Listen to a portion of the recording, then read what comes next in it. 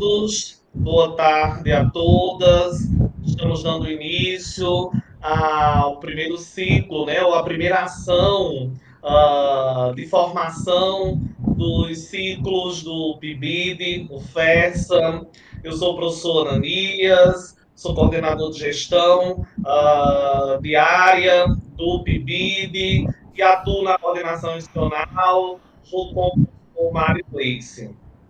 Particularmente neste primeiro ciclo, nós contaremos com a contribuição dos professores Vicente de Lima Neto e do professor Fernando da Silva Cordeiro, a quem muito agradecemos pela disponibilidade em contribuir com essa ação, né, de formação no âmbito do PIBID.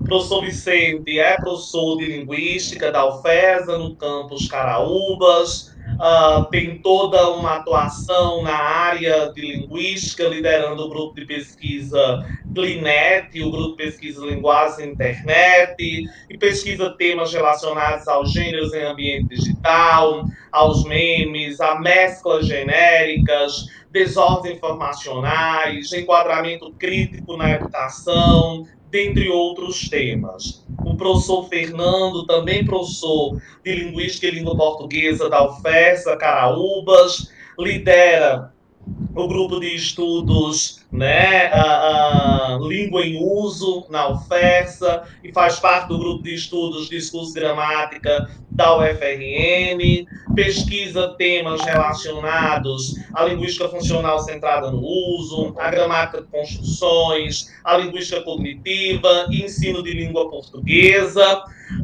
Professor Fernando também atua, né, como editor-chefe adjunto da revista do Gelne, e ambos têm experiências nos programas missionais do PIBID, de residência pedagógica, e certamente contribuirão muito significativamente conosco nesta tarde. Né? Então, estamos todos muito felizes por esse momento. Queremos agradecer a participação de todos que já se encontram nos acompanhando aqui no YouTube. Inicialmente, convém informar que nós estamos com um probleminha no chat, mas estamos tentando resolver esse problema. Agradecemos aos intérpretes de Libras do Campus Caraúbas, que estão aqui conosco fazendo a interpretação, tradução.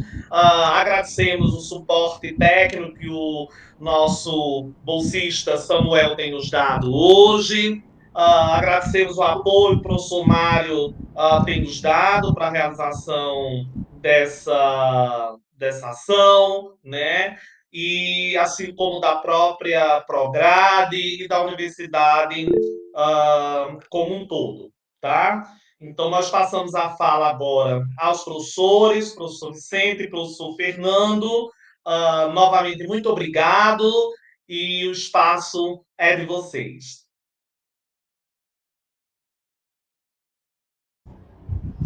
Oi, boa tarde a todos e a todas.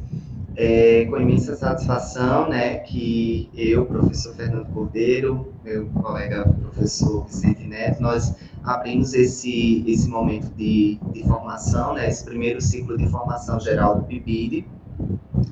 Então, como o professor Ananias muito bem apresentou, sou professor da UFESA, do campus Caraúbas, atuo nas licenciaturas em letras, né, e já tenho alguma experiência nos programas de formação de professores.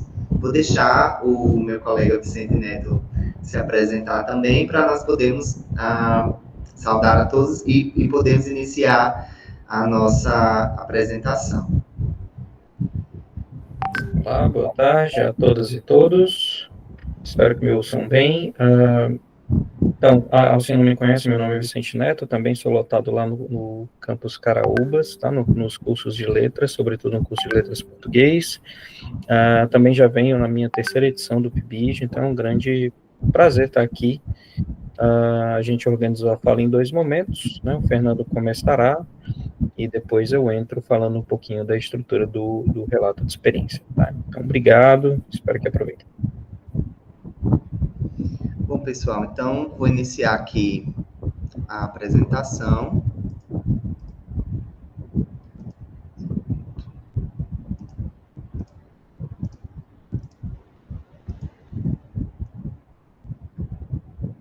Por favor, me confirmem se vocês conseguem ver.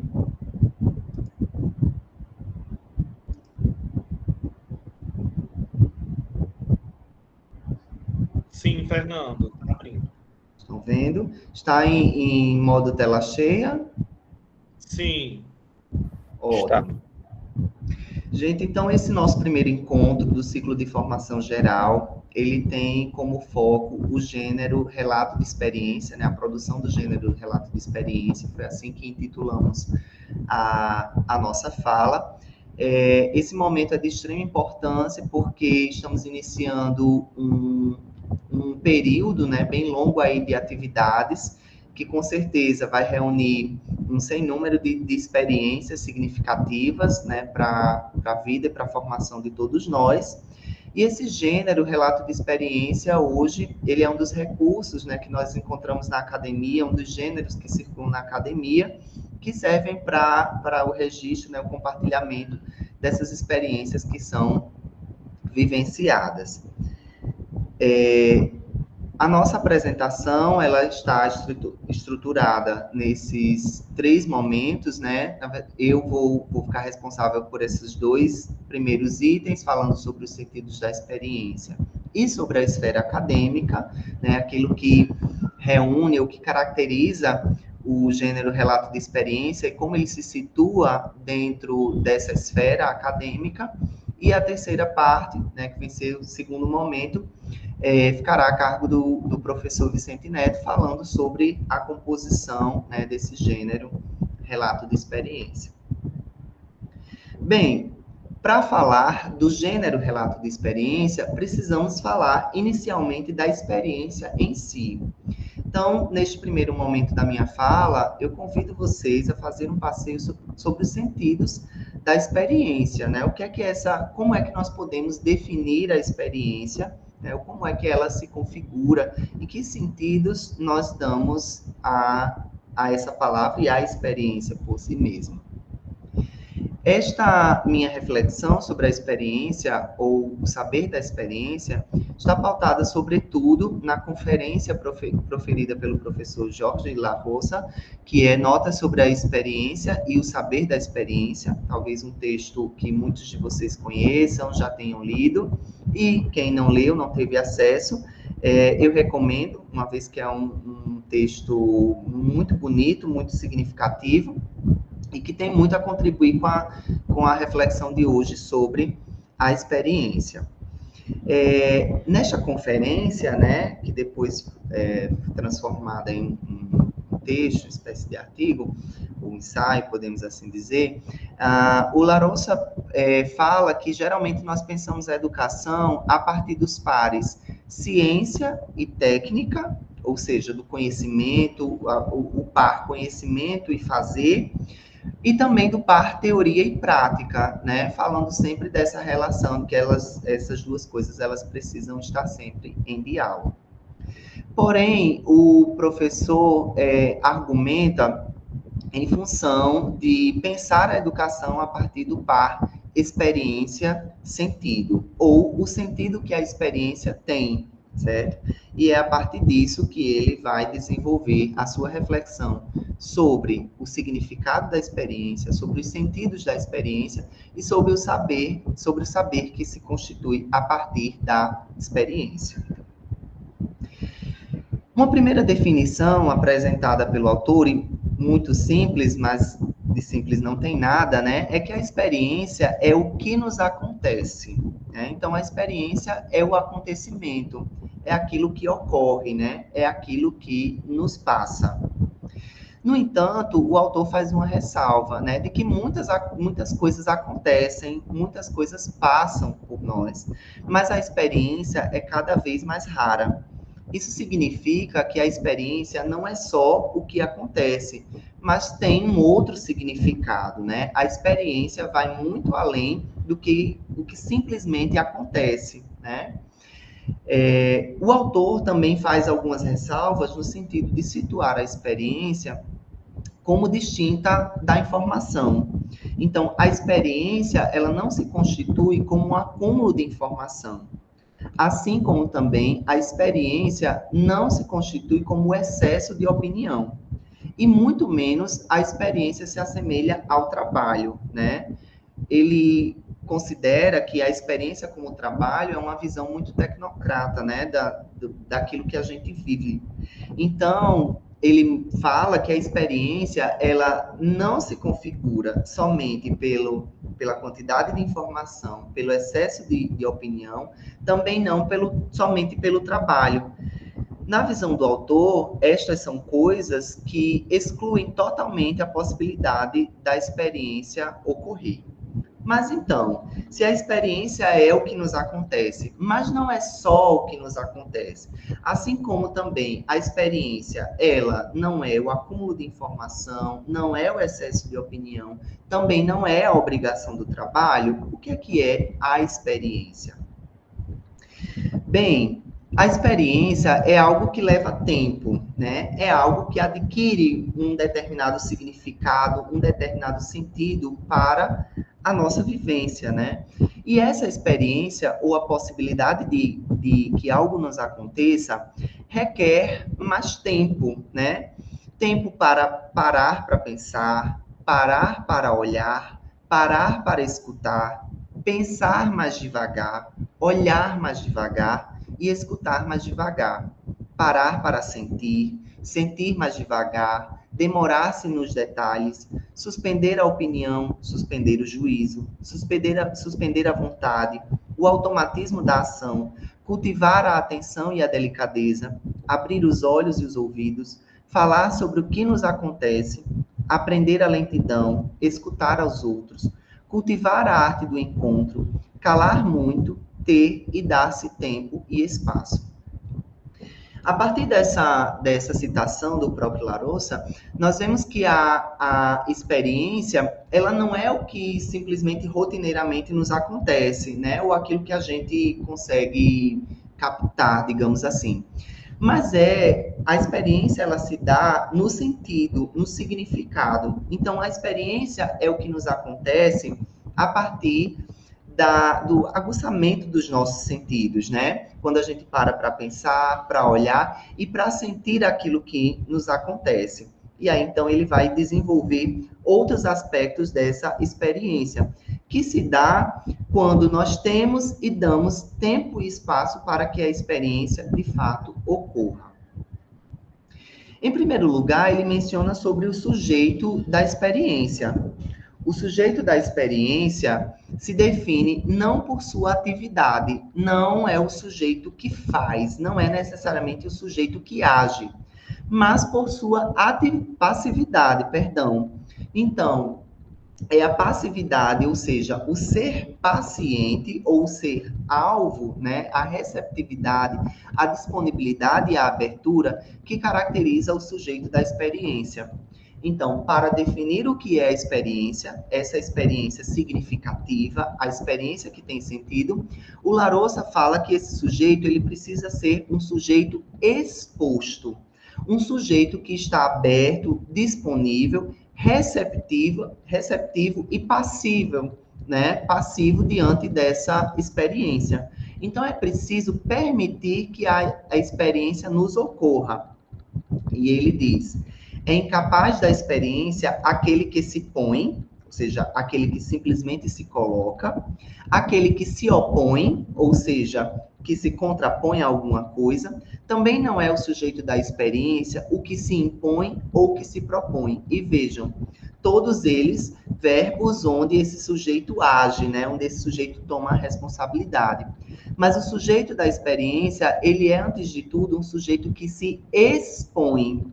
E esse ex aí, ele tem um sentido de estar aberto àquilo que de fora nos atravessa, né? Então, nós nos permitimos sermos atravessados por alguma coisa, que é a experiência. Então, para sentir a experiência, nós precisamos ser esse sujeito que está aberto e receptivo a senti-la. A experiência é, então, um encontro ou uma relação com algo que se experimenta, que se prova. Então, é esse sujeito que se expõe, né? É esse sujeito que vai ao encontro de, ou um sujeito que se relaciona com o que se experimenta, o que se prova ou o que acontece. O componente fundamental da experiência é, portanto, sua capacidade de formação e transformação, certo? E aí, trazendo para o nosso contexto, é certo que na sala de aula nós passamos por muitas coisas nos acontecem, mas como Larousse coloca, a experiência como algo raro é aquilo que tem a capacidade de nos formar ou nos transformar. E nós precisamos estar atentos para aquilo que nos forma e nos transforma diante daquilo que nos ocorre. Sendo a experiência algo subjetivo, algo particular e único, o autor compara a experiência com uma paixão, certo? Ressaltando que o que nos atravessa é, de fato, único, particular e subjetivo. E de onde vem o saber da experiência, né? O saber da experiência, ele se dá na relação entre o conhecimento e a vida humana. É o que se adquire do modo como alguém vai respondendo ao que vai lhe acontecendo ao longo da vida. E aí vamos parar para recapitular, né? Já que a nossa conversa ela é um tanto quanto filosófica nesse primeiro momento. Bem, a experiência é aquilo que acontece, mas não é somente aquilo que acontece, né? É aquilo que tem sentido. É aquilo que, a partir de um determinado tempo ou espaço, né, leva tempo para pensar sobre, né, leva tempo para sentir. É uma experiência, portanto, que deve ser significativa.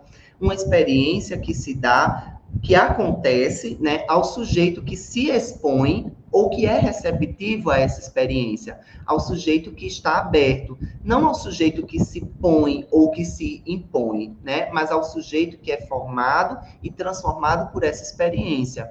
Volto a ressaltar, na sala de aula muitas coisas acontecem, mas existem situações, pessoas, momentos, experimentos também, que se configuram como únicas, particulares, e que subjetivamente se constituem como um elemento transformador, né, da nossa formação.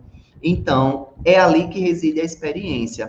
A experiência, ela não é só do conhecimento, também não é só da vida humana, mas o que da vida humana nos permite conhecer, tá? E aí ele fala, a experiência, o saber da experiência se adquire do modo como alguém responde ao que vai lhe acontecendo. Então, a experiência também está no modo como nós reagimos ou respondemos àquilo que nos acontece. E aí é premente perguntar, né? Abrir os sentidos para estar, à medida que as coisas acontecem, abertos a captar a experiência. O questionamento que se faz é: qual o sentido ou o sem sentido do que nos acontece? É neste sentido que reside a experiência. Perdão. Já que o saber da experiência é um saber particular, subjetivo, relativo, contingente e pessoal. Ao fim da sua reflexão, o autor menciona a experiência, que a experiência é completamente diferente do experimento, né? Sendo o experimento um produto, né, da nossa tentativa de encaixotar tudo em determinados modelos, como no modelo científico. Então, nós nos movemos muito pela necessidade de comprovar as teorias, de criar novas metodologias, né? E para isso, nós tentamos, nos engendramos numa tentativa de homogeneizar o conhecimento ou de tornar o conhecimento repetível em quaisquer que sejam as condições, né, de tempo e de espaço. No entanto, a experiência sendo esse, e o saber da experiência, consequentemente, sendo esse construto particular, subjetivo, relativo, contingente e pessoal, é de uma natureza completamente diferente, uma vez que é aquilo que nos acontece a partir do sentido ou do não sentido do que nos acontece, certo? É aquilo que nos apaixona e é aquilo que transforma a nossa formação, né? e que está entre o conhecimento e a vida humana e na reação, ou como a gente responde ao que vai nos acontecendo. Bem, este é o sentido da experiência, claro, na perspectiva do Larousse, que eu acho extremamente válida, porque, volto a dizer, muitas coisas podem acontecer na sala de aula, mas quais delas são significativas para essa nossa formação, para esse nosso percurso formativo, e que com certeza é também um percurso de transformação. Então, ao final desse primeiro momento, fica esta questão para reflexão. Qual o sentido ou sem sentido do que nos acontece? É aí que está a experiência, sobre a qual vamos refletir. E aí chegamos, então, na esfera acadêmica, né? Claro, porque dentro desse percurso formativo do PIBID, nós estamos, obviamente, construindo conhecimento, ou espera-se, né, que nós possamos construir conhecimento a partir da experiência, né? E aí eu trago aqui algumas características dessa esfera acadêmica para nós conseguirmos depois, em seguida, atarmos as pontas, né? Então, como é que a experiência, este momento, esse acontecimento significativo da minha vida, pode ser, então, o saber que dela, né, emerge, pode ser, então, objeto de reflexão ou de estudo na esfera acadêmica. Toda a atividade humana, né, ela se dá em determinadas esferas. Então, nós interagimos, nós socializamos dentro dessas esferas, na esfera cotidiana, na esfera religiosa, política, jornalística, publicitária, jurídica, laboral e também acadêmica, né? Então, o que a gente vivencia na academia constitui uma dessas grandes esferas da atividade humana. E cada uma dessas esferas pressupõe que nós devemos nos portar, nos comportar e nos comunicarmos, né, interagirmos de diferentes maneiras, de formas diferenciadas. Então, a esfera acadêmica vai exigir que nós possamos conhecer as diferentes maneiras de interagir, de produzir, de socializar o conhecimento, né, que seria o grande objeto aí dessa esfera. Essa esfera acadêmica é uma esfera que se caracteriza, claro, pela construção do conhecimento teórico, né, que vem a ser uma determinada abstração, né, que a gente faz. É uma esfera onde a socialização e a circulação deste conhecimento é muito importante, certo? Então, nós temos os eventos científicos, nós temos as revistas, né, as publicações. Essa esfera acadêmica, ela está, né, ela se configura, se caracteriza principalmente pelo que é produzido nas universidades, né, mas não só. Né, nós alargamos esse ambiente também para as escolas, onde nós estamos produzindo. Porque essa relação teoria e prática, e, consequentemente, esse par experiência-sentido que vimos, que ressaltamos anteriormente, acontece, né, deve acontecer uma transposição, né, desse par da escola para a universidade e da universidade para a escola, né? Então, essa esfera acadêmica é uma esfera que pressupõe também formas de interação um tanto quanto rígidas, né? Uma vez que, se nós não seguirmos determinadas orientações, por exemplo, para a apresentação de um trabalho científico, para a publicação de um trabalho científico, consequentemente, não teremos esse espaço, tá? E aí, como eu falei, sendo essa uma esfera de interação, de comunicação humana, nós vamos ver emergir diferentes gêneros que constituem diferentes formas de interagir nesses ambientes. São configurações textuais, então são modelos, formatos que nós seguimos para a estruturação de textos, né? Podemos falar assim a grosso modo, e que constituem formas específicas de interação nessa esfera acadêmica, certo? Eu coloquei aqui alguns, como os resumos, as resenhas, os artigos, os fechamentos, os ensaios, as monografias, os banners, os seminários, as comunicações orais, os capítulos de livro, mas também outros gêneros que nós, às vezes, nem pensamos como gêneros, como os planos de aula, os diários, as provas, os portfólios. E aí, nesse espaço, nessa esfera, compartilhando algumas características, mas também tendo características próprias, nós temos o próprio relato de experiência, né? Que é o gênero, que é a configuração que estamos discutindo nesta tarde. E que vem a ser, então, a configuração, o gênero que precisamos desenvolver para contar, né, para falar dessa experiência, da experiência, dos sentidos da experiência, dos saberes da experiência que foram vivenciados lá na escola, nas nossas vivências, aquilo que é significativo, aquilo que nos transforma, aquilo a que reagimos, a que somos passivos e que somos receptivos, né? A experiência como nós caracterizamos anteriormente. Então, a produção do gênero relato de experiência se fundamenta nessa necessidade de construir conhecimento para que ele possa circular na esfera acadêmica, mas um conhecimento que é da ordem da empiria, né? Que é da ordem da experiência, daquilo que nos acontece, ou dos sentidos daquilo que nos acontecem. Né? Então, esse gênero, ele vem a ser o meio pelo qual nós podemos publicizar os valores, né, da experiência. E aí chegamos, então, na terceira parte, que vai ser a explicação desse gênero, né, detalhada desse gênero. Eu passo a palavra ao meu colega Vicente Neto. Então, vamos lá, vamos retomar, então, da fala do Fernando, né? Então, do relato, a gente tem um gênero muito valorizado em determinadas áreas do conhecimento. Aqui eu trouxe alguns exemplos de diferentes áreas para vocês verem mais ou menos como ele funciona. E ele tem formatos, uma coisa mais ou menos estável. Vocês vão ver que diferentes áreas do conhecimento produzem esse gênero, né, o relato, de maneira um tanto quanto diferente. Algumas perguntas que vocês têm que se fazer, né, caso precisem produzir esse gênero, que parte da minha experiência merece ser contada.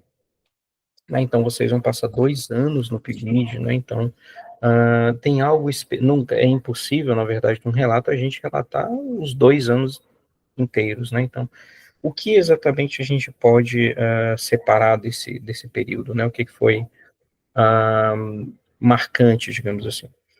Por que esse relato é pertinente e relevante? Né? Então, por que vai ter mais um relato de experiência do PIBID, de pedagogia, por exemplo, ou de alfabetização, ou de letras português, né? Dentre tantos que tem, o que ele vai ser diferente de todos os outros, né? Essa é uma pergunta que vocês vendem o peixe de vocês, né? Com que propósito eu estou fazendo esse exercício? É um exercício intelectual também, de você rememorar enfim, aquele período que você vivenciou no programa. Que aspectos teóricos me ajudaram nessa tarefa? Então, quem que você leu dentro da tua experiência pedagógica, né, de aprendizagem ali, pedagógica?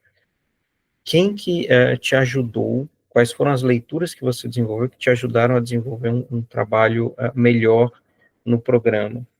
Em que contexto ela ocorreu, né? Foi numa escola, foi fora de uma escola, foi numa ONG, foi numa comunidade específica, né? Como é que ela aconteceu? Como é que se deu essa experiência? Foi por quanto tempo? O que vocês fizeram efetivamente? Que materiais vocês se utilizaram? Né? Como é que eu avalio essa experiência? Então, ela foi boa, foi produtiva, ajudou a minha aprendizagem como professor, ou não, né? O que não deu certo? O que nós tentamos que não deu certo?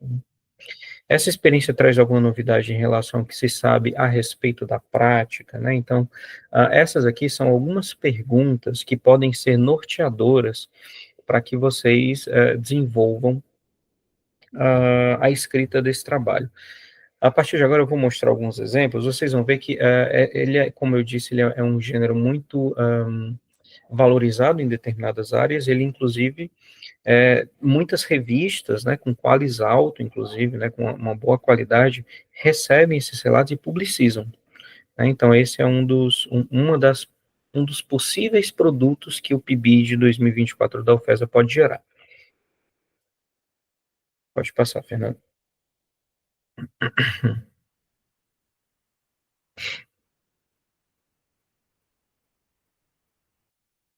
Fernando? Tu tá querendo passar o slide, Vicente? É o Ananias. Por favor, Ananias. É o Fernando. Fernando. Eu passei aqui, acho que travou aí. Aqui travou para nós.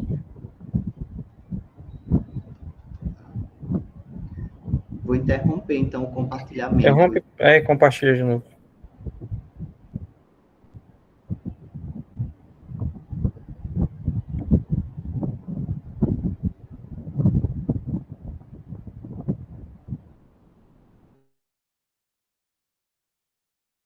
Agora vai. Então, aqui eu estou fundamentado numa pesquisa que foi desenvolvida em 2002, que é uma pesquisa em que foi ver como é que se dá essa composição, né? Então, na prática, como é que a gente pode produzir isso? Como se trata de um gênero acadêmico, né? Os gêneros acadêmicos, eles têm um certo teor conservador no que diz respeito à escrita, inclusive. Então, eles oferecem um grupo de, todos os gêneros acadêmicos em geral, né? Um grupo de, a gente vai chamar de movimentos retóricos, mas é um conjunto de informações que precisam ter em determinados gêneros. Então, por exemplo, o que não pode faltar num artigo científico? O que não pode faltar numa dissertação? O que não pode faltar numa tese? O que não pode faltar num relato de experiência? Como é que se faz isso? Né? Como é que se chega a um modelinho, entre aspas, coletando uma série de relatos, ou uma série de artigos, uma série de teses e dissertações, e vendo o que aparece de maneira recorrente em todas elas. Né? Então, é impossível a gente pegar uma dissertação da área de Química, publicada em 1995, e dizer que todas as dissertações no ambiente acadêmico têm que ser daquela forma. Não. Dentro dessa metodologia, então, se pegam centenas, né, de trabalhos, né, que se intitulam como ou artigo, ou dissertação, ou tese, enfim, e aí vai fazer uma comparação daqueles elementos que de fato são recorrentes em todos eles, em diferentes áreas do saber. Aqui, por exemplo, né, a composição de um relato de experiência, ela vai se dar pelo menos em 4 grandes, que a gente chama de unidades retóricas, que são 4 grandes movimentos. Um primeiro movimento é o de apresentação da experiência.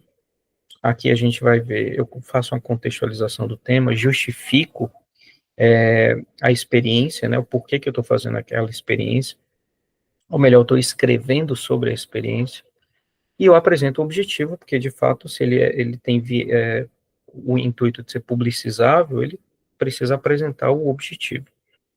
Uma segunda unidade retórica, ou um segundo movimento, é o estabelecimento de pressupostos teóricos, né? Então, quem foram os autores que eu li, quais foram os conceitos que eu mobilizei, quais foram as obras que foram elencadas aqui para me ajudar nessa minha experiência, né?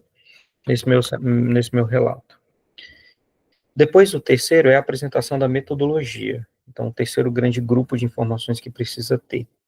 Aqui eu vou ter descrição do local, período, sujeitos, né, o corpus, caso haja algum corpus para ser analisado, como é que eu fiz, né, quais foram as etapas que eu segui, qual procedimento foi adotado, quais materiais foram utilizados, depois uma avaliação do procedimento, né, o que funcionou, o que não funcionou,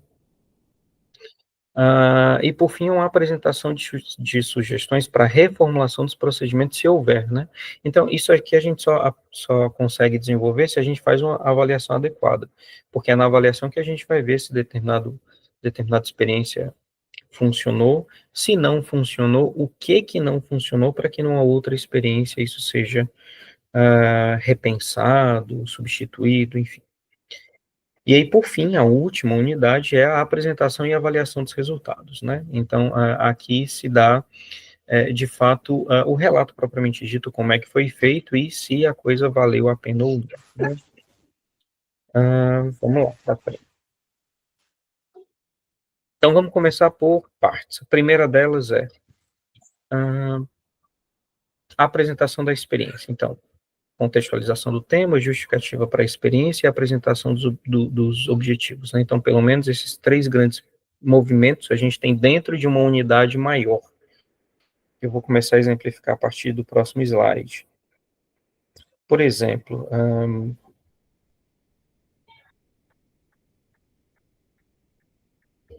acho que travou de novo. Não, aqui sim, né?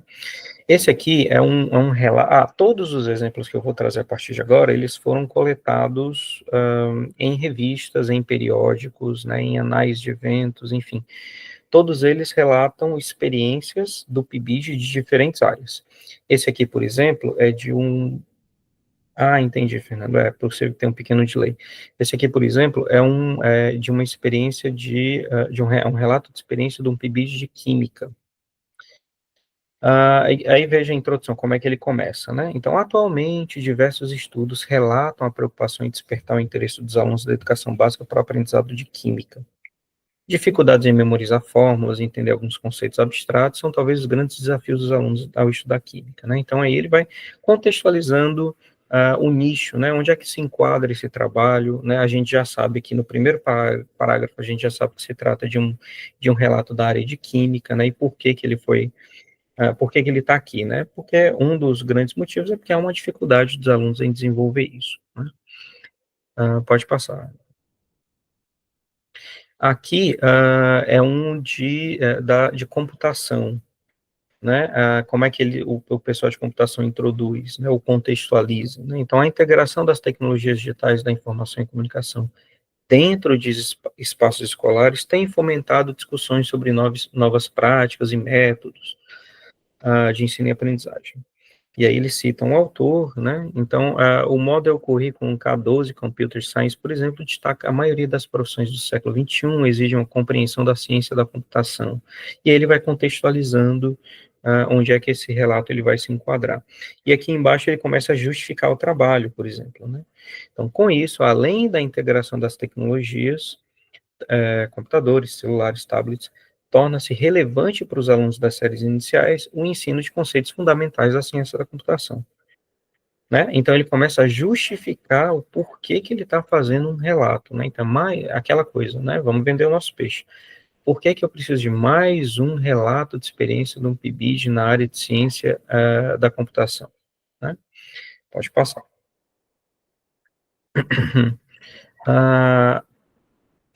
Aqui eu peguei um exemplo de como é que a gente traz isso dentro da introdução aí, como é que a gente pode mostrar o objetivo disso, né? Então, a gente viu 2 exemplos de como é que a gente pode contextualizar para o nosso leitor, e lá pelas tantas, ainda dentro da introdução, a gente traz o objetivo, né? Então, perante o exposto, este artigo, caracterizado como relato de experiência, teve como objetivo discutir sobre a participação de acadêmicos de educação física no projeto PIBID em decorrência de um ano de projeto. O sujeito, aí aqui é apenas o objetivo do trabalho, né? E aí ele começa a descrever quem são os sujeitos, né? Onde é que foi feito, aqui no caso foi numa faculdade, pelo menos o PIBID de uma faculdade particular de Guarapuava, no Paraná, e a partir daí ele começa a desenvolver o seu trabalho, né? Então veja que aqui eu tenho 3 exemplos de como é que esse primeiro grande movimento, ele pode acontecer. Uma contextualização geral, onde é que o trabalho vai ser apresentado, em que área do saber, uma justificativa, por que eu estou escrevendo mais um relato de experiência de uma determinada área do conhecimento, e qual é o objetivo do texto, né? Pode passar. O segundo grande movimento... perdão, aqui tem um outro exemplo da área de letras.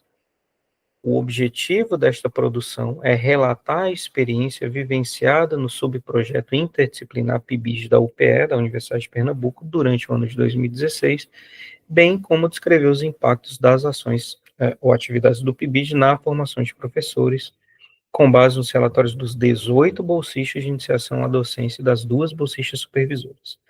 né? Então, veja que o objetivo aqui ele é mais extenso, dentro da área de...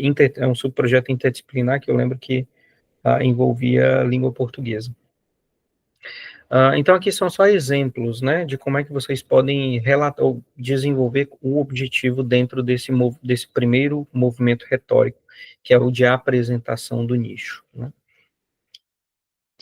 A unidade retórica 2, então esse segundo grande grupo de informações, é o estabelecimento dos pressupostos teóricos, né? Então, aqui a gente apresenta os autores, os conceitos, as obras, né? Pode mostrar. Aqui, por exemplo, nesse primeiro exercício que eu trago, é um exemplo de um relato da computação. Esse seria o segundo item do relato de experiência, né? Então, muitos trabalhos têm sido feitos na tentativa de inserir na educação básica os conceitos de práticas relacionados ao ensino da computação. E lá embaixo ele começa a marcar os autores. Almeida e Carvalho demonstram, por meio de um estudo de caso, as possibilidades de oferecer, e começa a relatar essa pesquisa de Almeida e Carvalho, né? No ano seguinte, Almeida e Carvalho, são os mesmos autores, relataram a prática docente como componente curricular propiciando os usos das TDIC com perspectivas de melhoria nos processos de ensino e aprendizagem nas mais diversas áreas informáticas, da informática, bem como as contribuições do PIBID. Na mesma linha, Marinho e colaboradores abordam as ações desencadeadas no PIBID, etc, etc, etc. Então, veja, aqui é apenas um segundo movimento retórico, que a gente chama, é quando a gente começa a convocar quem foi que a gente leu, que nos ajudou a desenvolver esse relato. Aqui ele citou pelo menos 3 trabalhos, né, nesse relato de experiência aqui, para fundamentar fundamentar os conceitos que vão ser utilizados, que certamente também fundamentaram a prática lá no programa, né? Pode passar. Aqui é um exemplo do PIBID de educação física, né? Eu já mostrei um exemplo anterior lá no nicho 1, mas pode passar. De educação física, eles fazem assim. É bom lembrar, esse movimento retórico, com os pressupostos teóricos, nem sempre aparece nos exemplares analisados. Isso é interessante, né? Porque, pela pesquisa que eu fiz, a gente consegue ver que há determinados relatos de experiência que não trazem fundamentações teóricas, só trazem o relato propriamente dito. E há outros não, que já apresentam aqui, né, já mostram em que autores se fundamentaram, quais são os conceitos que estão sendo mobilizados, né. Isso vai depender muito de onde é que vai se publicar. Então, tem revistas que não pedem esse movimento retórico. Muitas vezes o orientador, né, ele vai pedir isso, né, então ele pede para que vocês fundamente o relato, né, então isso varia, de certa forma, em determinadas áreas, tá? Vamos para frente. No terceiro movimento retórico, que é a apresentação da metodologia, aqui a gente tem uma coisa mais densa, né, é uma seção mais descritiva. Então, descrição do local, período, quando é que foi feita a experiência, quem são os sujeitos envolvidos, né, quais são os materiais que foram utilizados, como é que se concretizou, né, o que é que vocês fizeram? Fizeram oficinas? Como é que as oficinas aconteceram? Quanto tempo? Quantas oficinas, né? O que foi tratado em cada uma delas? Vocês utilizaram algum tipo de material? Que material foi esse? Né? Então, tudo isso aqui vai ser descrito dentro dessa parte. Vamos ver alguns exemplos. Por exemplo, no Interdisciplinar de Libras e Português, esse é recente, essa publicação é agora de 2024, e é da gente, da UFESA, lá da UFESA Caraúbas. Um dos relatos foi desenvolvido assim, na parte metodológica, né? Então, este trabalho parte de uma abordagem qualitativa do relato de experiência, que, segundo a autora Guerra, e aí, Guerra, né, fundamenta o conceito de uma abordagem qualitativa, né? E aí os alunos, os autores do trabalho fizeram essa citação. Vamos para frente. Olha como é que se dá aqui o relato, né? As atividades do PIBID começaram no ano de 2022, inicialmente foram realizados estudos com momentos de leitura e apresentações em grupo de seminários, de formações, como essa que a gente está tendo agora, com todos os alunos do PIBID Interdisciplinar Libras Português. O nosso núcleo era formado por 8 membros, mais a professora da escola como supervisora. A nossa participação aconteceu no período vespertino. A vista ao CAIS, que é a instituição, né, o local, o locus da experiência, era realizado quinzenalmente às quintas-feiras, às 3 às 17. Enfim, então veja que é nessa sessão metodológica que precisa aparecer como é que a coisa foi feita, né? Então, quando que aconteceu isso, dentro de que período, quantas pessoas estavam envolvidas, onde foi feito isso, onde foi feita a experiência, quando que havia os encontros, né? Aqui no caso eram encontros semanais, que dias da semana, né? As reuniões eram virtuais nesse caso, mas poderiam ser também presenciais, tá? Enfim. Um outro exemplo esse aqui é a descrição do local, ainda desse mesmo relato, né? Então, dentro da metodologia, os autores abriram um subtópico para dizer caracterizações do CAIS, que é o locus. Então, o Centro de Atendimento Estadual de Capacitação de Educadores de Atendimento ao Surdo, situado em Mossoró, possui uma estrutura organizacional educacional e por aí vai, né? Vai se desenvolvendo, vai se descrevendo onde é que aconteceu a experiência, né? Pode passar. Aqui, um PIB de Geografia de Educação do Campo, ou melhor, Geografia, né, que fizeram um trabalho numa escola de campo. Então, aqui a descrição também da escola, né, o PIBITS, o Projeto de Geografia, tem como parceira a Escola Municipal Olímpia Angélica de Lima, uma das 4 escolas no do campo sob a jurisdição da Secretaria Municipal de Educação de Goiás, em Goiás. No desenvolvimento do projeto, uma das preocupações basilares foi conhecer primeiro o contexto, né? E aí os alunos começam a desenvolver, a relatar a descrever, na verdade, essa escola parceira, né? Que aqui eu não vou ler o texto todo, porque gastaríamos muito tempo. Mas apenas para vocês terem uma ideia, assim, uma maneira de fazer isso, é um caminho possível, né? Pode passar. Fotos também são muito bem-vindas, né? Inclusive é importante que vocês façam mostrando a estrutura da instituição, né? Porque isso vai para o relatório de vocês lá no final e de repente a gente pode transformar isso em relatos de experiência para serem publicados, depois publicizados pelo Brasil afora. Aqui, por exemplo, a foto dos menores, né? A gente também tem que ter um certo cuidado com as fotos de menores, porque a gente tem uma questão ética e tal, mas é importante que vocês tenham fotos, registrem, né, a experiência, o local onde é que aconteceu as salas de aula, enfim. Pode passar.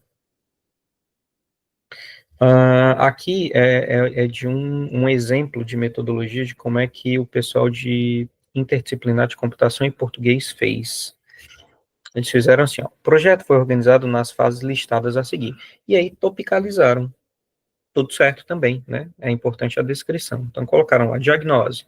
Além de observações nas turmas e na escola, foi realizada uma entrevista com o professor supervisor, com o intuito de identificar os pontos relativos.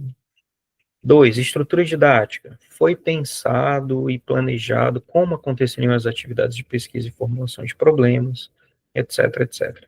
3, elaboração de situações didáticas. Então, o projeto direcionou-se para a elaboração de material didático, slides, escolha de softwares, etc, etc, etc. A aplicação, quando?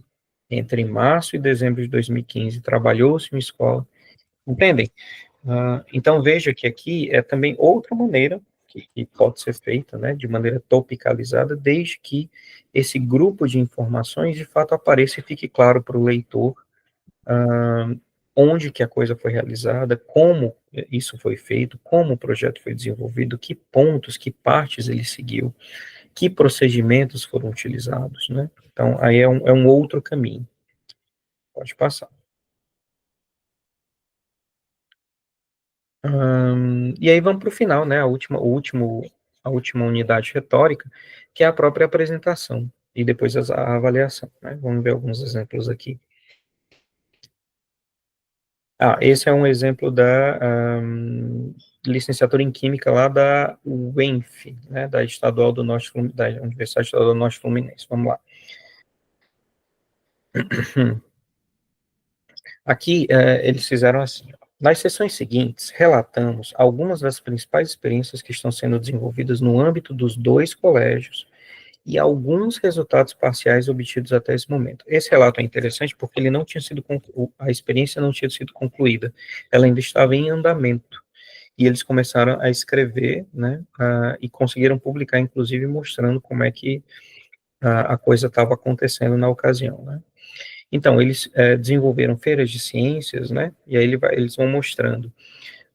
As feiras de ciências têm assumido um papel importante, né, fazem uma pequena contextualização sobre o que são as feiras de ciências, e depois eles vão dizendo como é que os alunos do PIBID ajudaram os alunos da escola a participarem dos seus trabalhos, né, na feitura dos trabalhos para exporem na Feira de Ciências da instituição.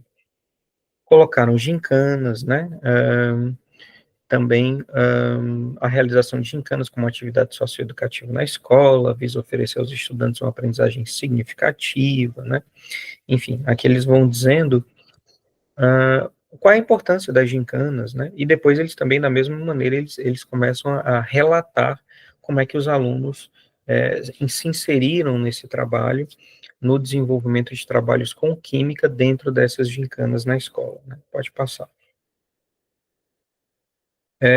Oficinas, né, então a gente falou também sobre oficinas, muitos de vocês, inclusive, vão certamente fazer algumas oficinas nas suas experiências, e aqui existe um modelo um exemplo de relato, né, aqui eu até marquei aqui embaixo. Os bolsistas do PIBID foram capacitados por meio de oficinas na elaboração e no uso dos modelos moleculares feitos com PET, e aí, inclusive, eles bateram foto desses modelos, né, como é que eles desenvolveram, que aí está ali em cima, né, a molécula da água, aqui embaixo a molécula do gás carbônico, né, tudo com material reciclável, enfim, para que fosse apresentado, enfim, a coisa ficasse mais visual para os alunos, né, então é um relato muito interessante de como aconteceu essa experiência lá de química lá na UENF. Pode passar. Aqui da educação do campo, né, também os alunos relatando. Outra experiência que os bolsistas graduandos têm vivenciado e que congrega ensino, pesquisa e extensão são os eventos artísticos, culturais e científicos que ocorreram na escola parceira. Os bolsistas, juntamente com o professor supervisor, têm contribuído na organização dessas atividades e estimulado a participação dos alunos na escola do campo, etc, etc, etc. E aí também são bem-vindas fotos aqui, né, que de fato se está relatando a experiência do que os alunos efetivamente fizeram lá para que determinada atividade fosse desenvolvida, né. Aqui, esse exemplo de relato que eu também peguei, ele também estava em desenvolvimento, né, tanto que isso é marcado no texto. Até o momento, os bolsistas participaram do primeiro encontro literário, da festa da família e da ecodrilha, né, então, já tinha pelo menos um ano, então, que o projeto estava acontecendo, mas pelo relato ainda estava em desenvolvimento. E aí a gente já pode começar, né, a desenvolver a registrar tudo isso, né, porque de fato a gente consegue relatar depois num gênero como esse e publicizar no futuro. Pode passar. Aqui de letras português da UFPE, eles fizeram um trabalho com filmes, né, então, enfim, eles relatam apenas essa parte nesse relato de experiência, né, o recorte que eles fizeram para a apresentação de 2 filmes, e aí aqui eles começa efetivamente a avaliação, né, então eles relataram quais foram os filmes, quando que foi desenvolvido, onde que passaram os filmes, etc e tal, e depois vem para a própria avaliação. As reflexões a respeito dos 2 filmes nos fizeram perceber o quanto as diferenças são irrelevantes e o quanto o outro somos nós e nós somos o outro. Por isso, trazemos trechos dos relatos que fizemos para destacar as experiências que já tivemos com pessoas portadoras de deficiência. Os filmes tratavam sobre isso, né? Sobre as diferenças, sobre a diversidade, né? Sobre as pessoas com deficiência, enfim. E aí eles começam a avaliar, né, a experiência deles, né, como é que aquilo impactou na vida, enfim, na aprendizagem como professores deles, né. Pode passar. Aqui de Libras português, né, outro exemplo. Constatamos que o PIB, aqui também de avaliação, tá? constatamos que o PIBID foi primordial para a nossa formação acadêmica, bem como para o nosso desenvolvimento pessoal e profissional. É através dessa experiência que nos constituímos como futuras professoras, ressignificando a nossa prática, desenvolvendo habilidades didático-pedagógicas no contexto educacional local, no qual vislumbramos atuar. Então, veja que aqui tem, na verdade, quais foram as impressões, né? O que que me valeu depois de a gente ter passado por desenvolvido as experiências dentro de um determinado espaço de tempo, né? Então, aqui eu tenho alguns exemplos, na verdade, de como é que a gente pode produzir esse relato de experiência e quais são os movimentos que a gente chama de movimentos retóricos, né? Mas quais são as partes que não poderiam faltar, né? Então, pode passar para frente. Aqui tem algumas referências dos trabalhos que eu usei nessa exposição, né? Se for do desejo de vocês, eu posso, inclusive, divulgar todos esses relatos, que podem ser modelos, né, para vocês, inclusive, já que já foram publicados, então eles foram legitimados cientificamente. Mas apenas aqui se trata de pequenos exemplos de como que a gente pode desenvolver esses relatos. Existem diversas formas de a gente fazer isso, e aqui só são aqueles que trouxe pequenos modelos, né, para ajudá-los de alguma forma a encaminhar essa próxima atividade que certamente vocês devem passar. Então, acho que tem mais algum slide. Pronto, aqui tem os nossos contatos, né, o e-mail do Fernando, aqui tem um Instagram, um e-mail, tem lá o PIBID UFESA Português, né, caso vocês também queiram nos seguir, e a gente fica super à disposição. Muito obrigado, gente.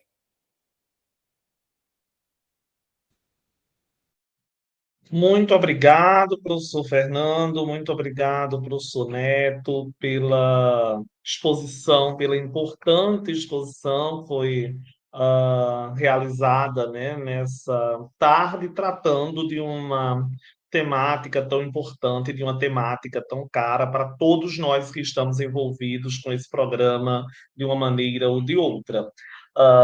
Antes de conversarmos um pouquinho sobre alguns pontos que eu recortei para abordar mais explicitamente com os professores, eu queria novamente, né, pedir desculpas a todos que estão nos acompanhando pelo problema com o chat, dizer que de fato nós tivemos essa dificuldade que resultou de uma limitação técnica nossa, né? Como eu disse no início da nossa fala, nós estamos hoje realizando essa transmissão sem apoio técnico oficial, né, ou institucional, mas acho que o próprio termo-chave da fala dos professores hoje, né, pode ser aqui retomado.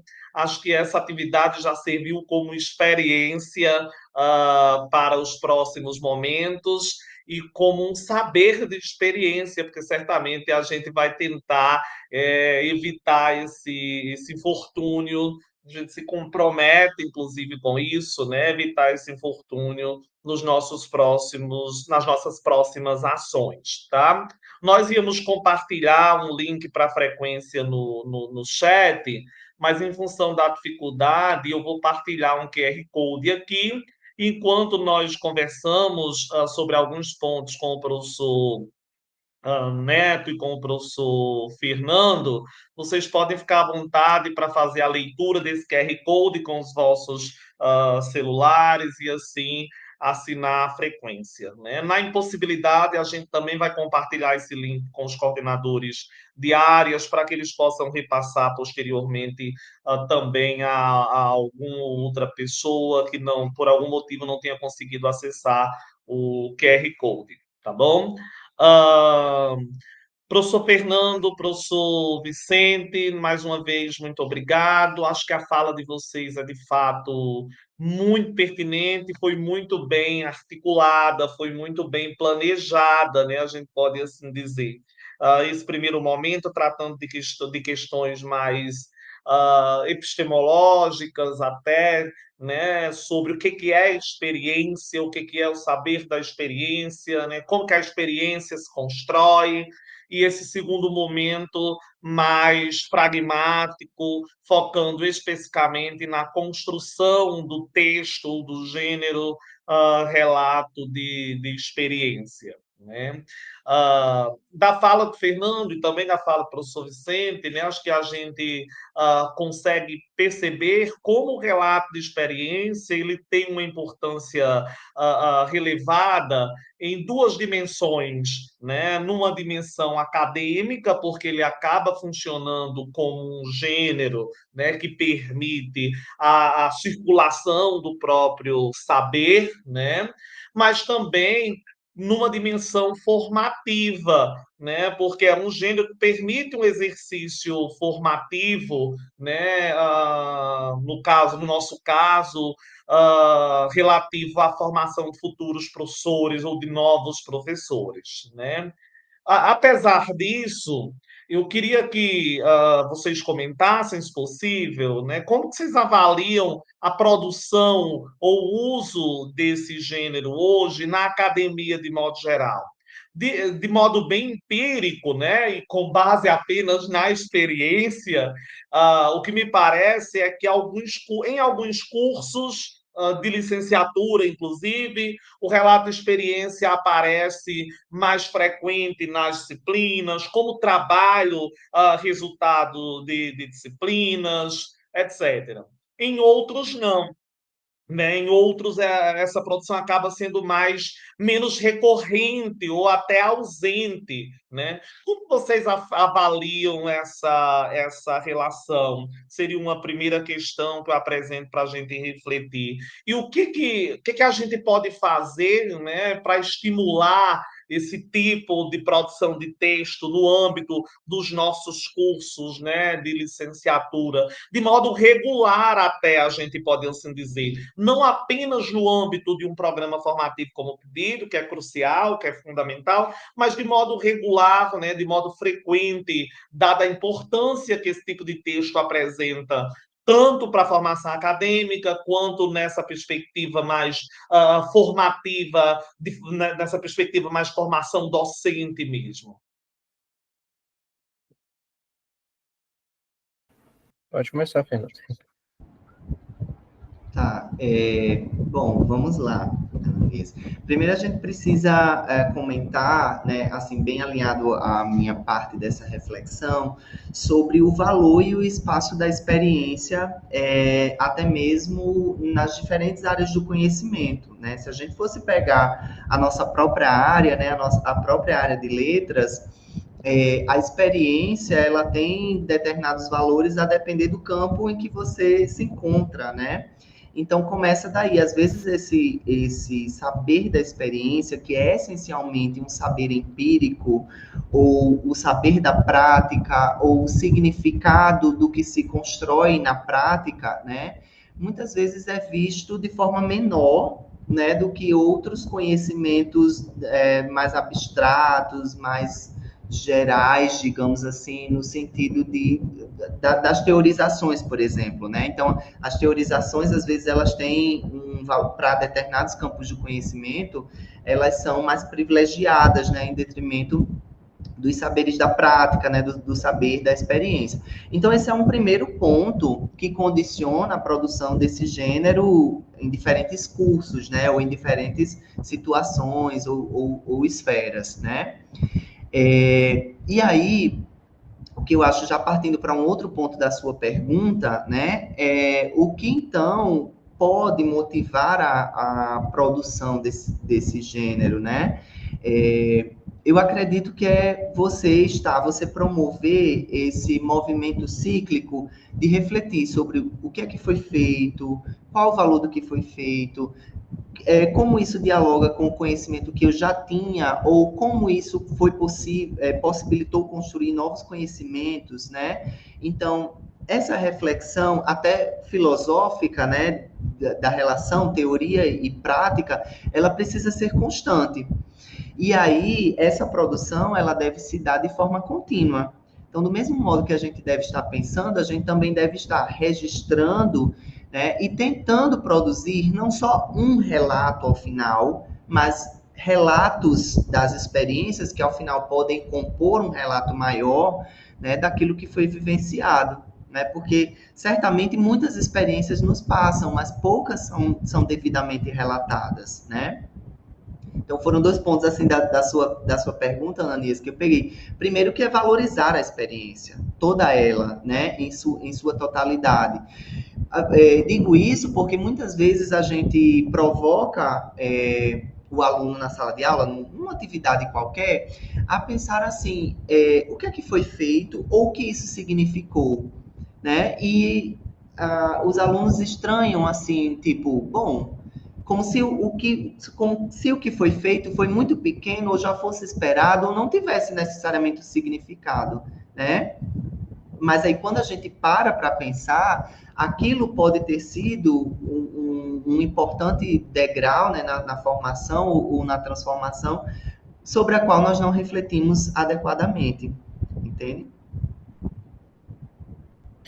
Eu vejo da mesma maneira. A gente também, dentro da nossa área, né, no fim das contas, a gente acaba ajustando a lupa para o que acontece, no que a gente vivencia, é um gênero bastante desprivilegiado, né? Então, julgo de suma importância, mas a gente, dentro da área de linguística e literatura, basicamente, a gente tem o artigo, sobretudo, talvez ele seja o mais privilegiado dos gêneros acadêmicos, enquanto o relato de experiência, ele passa quase por uma certa, como é que eu vou dizer, não é bem uma marginalização, mas assim, uma subvalorização mesmo, né? Então, como se pesquisadores, né, mais experientes não pudessem escrever relato de experiência, isso fosse relegado a alunos de graduação ou que estão ainda em formação, né?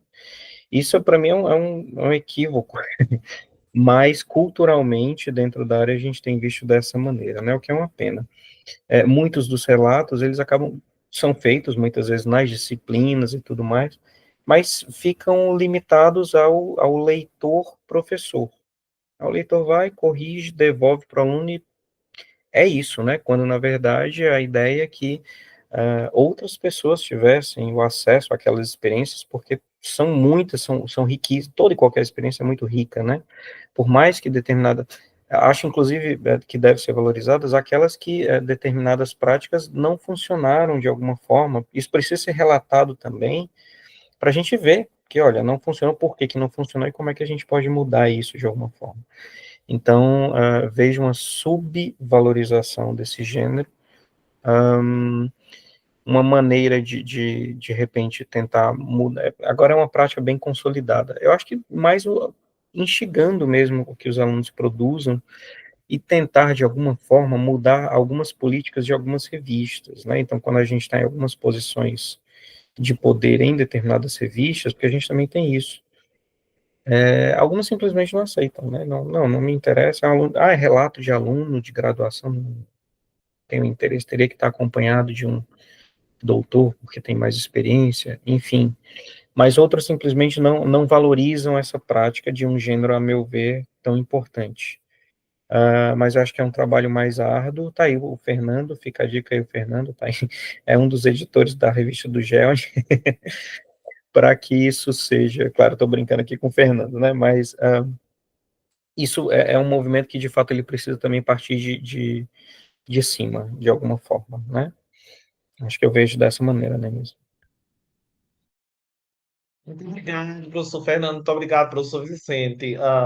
Essa última fala do professor Vicente, né, apesar do tom de brincadeira, mas não deixa de ser verdade, tá, Fernando? Porque são, de fato, as grandes revistas que acabam normatizando, ainda que indiretamente, ou regulando, ainda que indiretamente, quais são os gêneros requeridos, quais são os gêneros produzidos nos cursos de graduação e, posteriormente, também nas disciplinas de cursos de pós-graduação, né? A gente sabe que, de fato, há todo um sistema de relações de poder que controlam, né, as produções desses gêneros. Mas, professor Sente, você falou a respeito da legitimação que tem o artigo científico, né? E é importante pontuar isso, inevitavelmente, ao apresentar a estrutura retórica do relato de experiência, né, a gente lembra em muitos daqueles movimentos a estrutura de um artigo científico.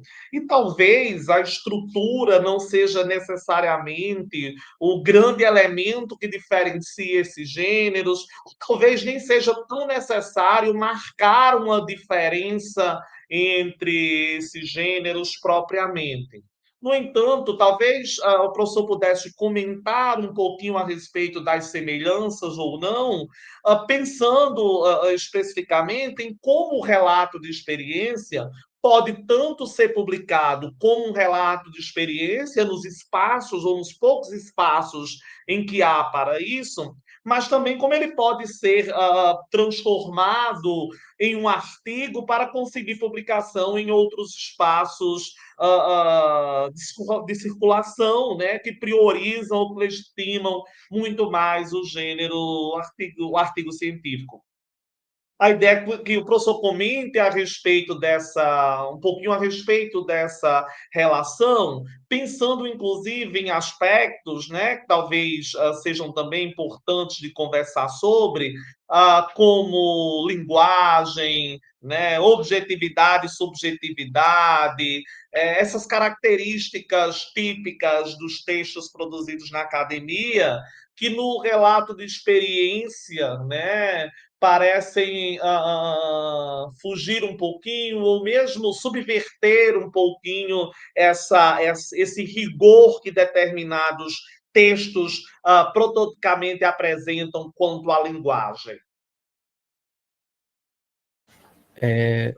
Acho que é muito boa a tua posição. Acho que uma primeira diferença que eu faria é de fato que o relato ele tem uma experiência de si, é uma experiência vivida por alguém, né? Então tem um aspecto muito subjetivo. Enquanto o artigo científico, pelo menos, digamos assim, dentro do universo conservador, que é o texto acadêmico, ele nem sempre permite isso, né? Segundo, há um aspecto no relato de experiência que é a da avaliação, que no artigo não tem, né? O artigo científico, aquele claro, porque tem diferentes tipos de artigo científico também, né?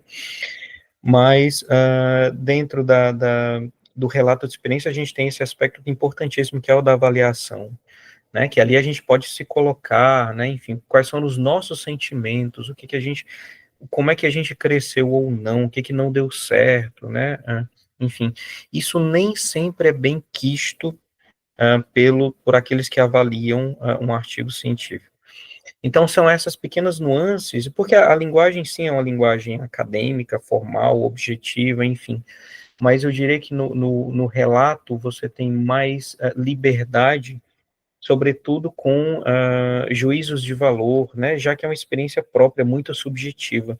E o artigo a gente precisa, de certa forma, evitar algumas dessas questões estilísticas, né? Então, claro, você está coberto de razão que os elementos, eles mais se aproximam do que se distanciam, né, quando a gente pega as estruturas retóricas, pensando também, inclusive, no relatório, aqueles que são produzidos para estágios, por exemplo, né, então, são muito próximas às estruturas, de fato. Mas eu acho que no relato a gente tem uma maior liberdade dessa subjetividade, mais aceitável, né, que outros gêneros mais, digamos assim, menos, ou mais, eu vou chamar mais rígidos, na falta de uma palavra melhor, né, menos flexíveis, teriam mais dificuldade de aceitar.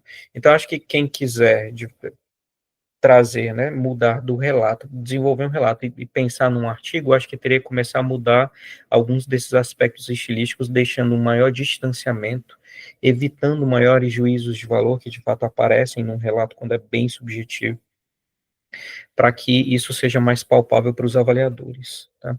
Eu também não quero tomar todo o tempo. Fernando, por favor, se você quiser falar algo, à vontade.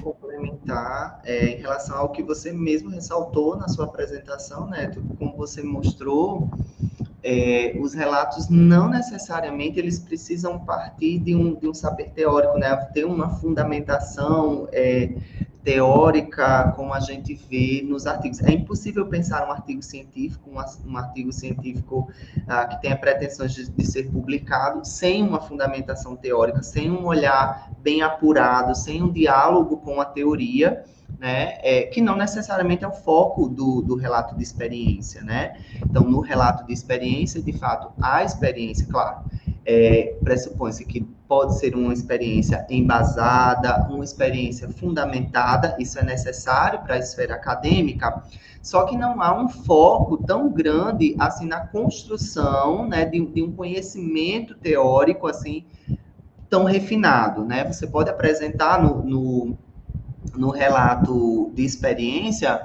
quais noções, quais conceitos apareceram, surgiram, como isso dialogou com algum saber teórico, né, que você teve ali ao longo da sua formação, mas o refinamento desse saber teórico ou aquele aprofundamento maior na teoria não são necessariamente pontos de interesse do relato de experiência, diferentemente do artigo científico, né, onde isso é necessário. Muito bem, muito obrigado, professor Fernando, muito obrigado, professor Vicente, né? São 6h30 praticamente, então acho que a gente pode já encaminhar para o encerramento dessa primeira ação do nosso ciclo de formação.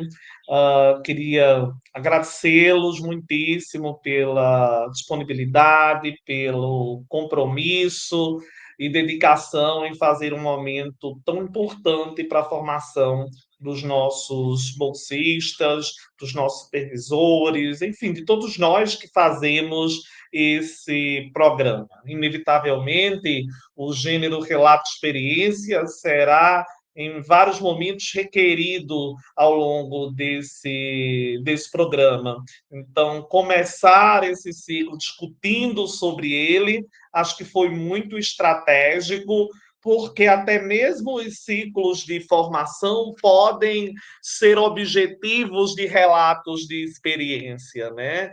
Os professores tratavam da necessidade de destacar um elemento, destacar uma ação e focalizar no relato dessa ação. Então, já que o relato de experiência não dá, no âmbito do PIBID, não dará conta de descrever ou de relatar sobre todas as ações envolvidas. Então, até mesmo os ciclos de formação poderão ser objeto, né, de um relato de experiência. Nesse sentido, acho que foi muito estratégico a gente começar o nosso ciclo com uma ação que trate sobre a experiência e sobre o relato de experiência. Então, muito obrigado, professor Fernando, muito obrigado, professor Vicente. Agradecemos aos intérpretes, ao Ítalo e à Thalita, que estão aqui conosco, né, tornando, de fato, a nossa ação mais acessível e inclusiva. Agradecer ao nosso bolsista Samuel, que está hoje em nosso suporte técnico, e em nome do professor Mário, em meu nome, agradecer todos os coordenadores, todos os supervisores e todos os bolsistas que estão nos acompanhando pelo YouTube, né? Essa é a última ação do ano, né? O fim do ano se aproxima, então teremos o recesso natalino, e já no início do ano retomaremos 2025, né? Continuaremos com esse ciclo de formação, com novas ações desse ciclo de formação. Então, a gente aproveita esse momento para também desejar a todos, né, um próspero ano, que 2025 seja de fato um ano cheio de realizações e consigamos, né, desenvolver esse programa como temos planejado e assim obter resultados bastante positivos que agreguem à nossa experiência como professores, como futuros professores, como pessoa, sobretudo. tá? Então, muito obrigado a todos, muito obrigado a todas, e a gente encerra essa nossa primeira ação nesse momento.